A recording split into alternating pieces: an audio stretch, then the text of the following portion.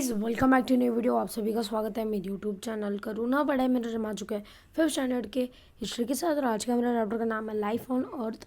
तो चलिए पढ़ाई करते हैं। सबसे पहले formation of earth. There are some questions we all wonder about. For example, how did the earth on which we live come to be? When did that happen?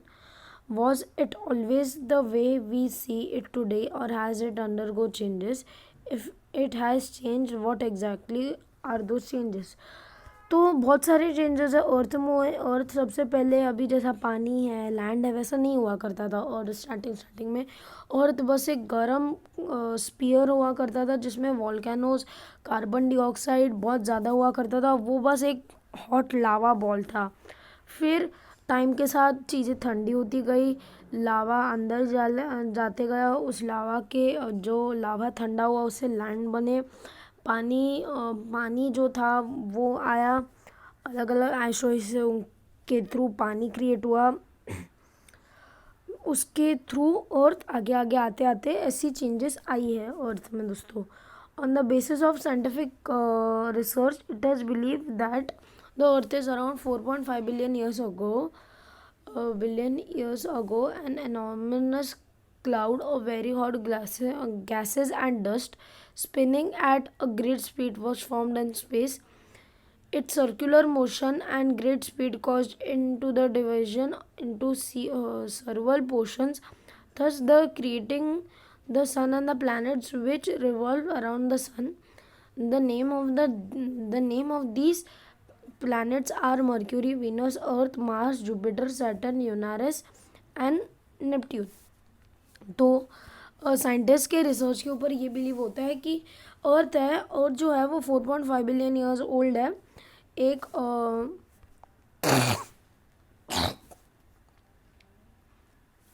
Cloud था जो hot gases से भरा था, वो dust के साथ spin हो रहा था ग्रेट स्पीड पे और स्पेस में फॉर्म हो गया।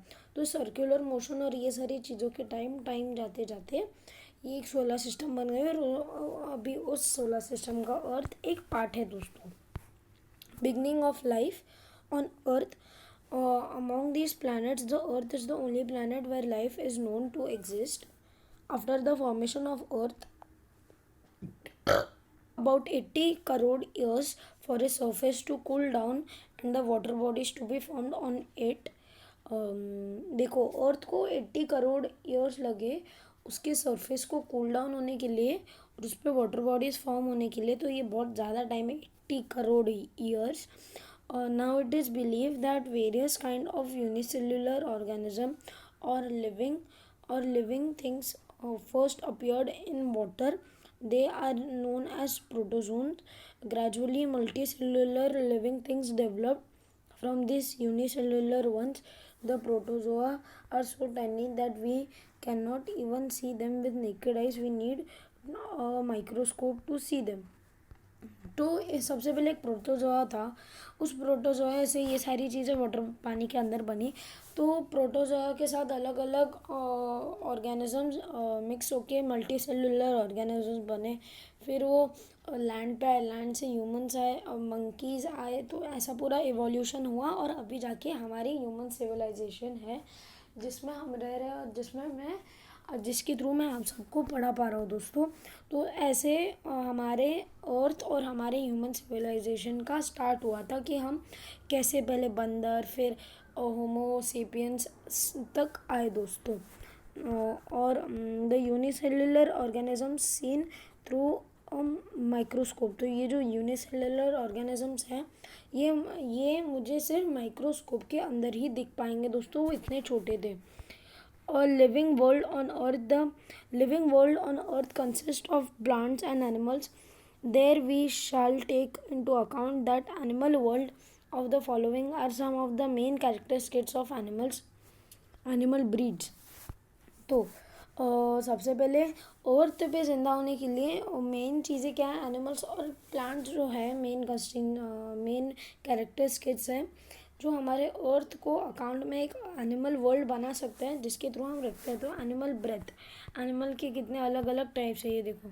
बफेलो है, ये है चीता, टाइगर, बटरफ्लाई, चामेलियन बर्ड, अलग अलग टाइप से दोस्तों, गोट है, मंकी है, ये देखो अलग अलग, स्क्विरल है, अलग अलग टाइप से दोस्तों एनिमल्स है, एनिमल्स ब्रेथ के।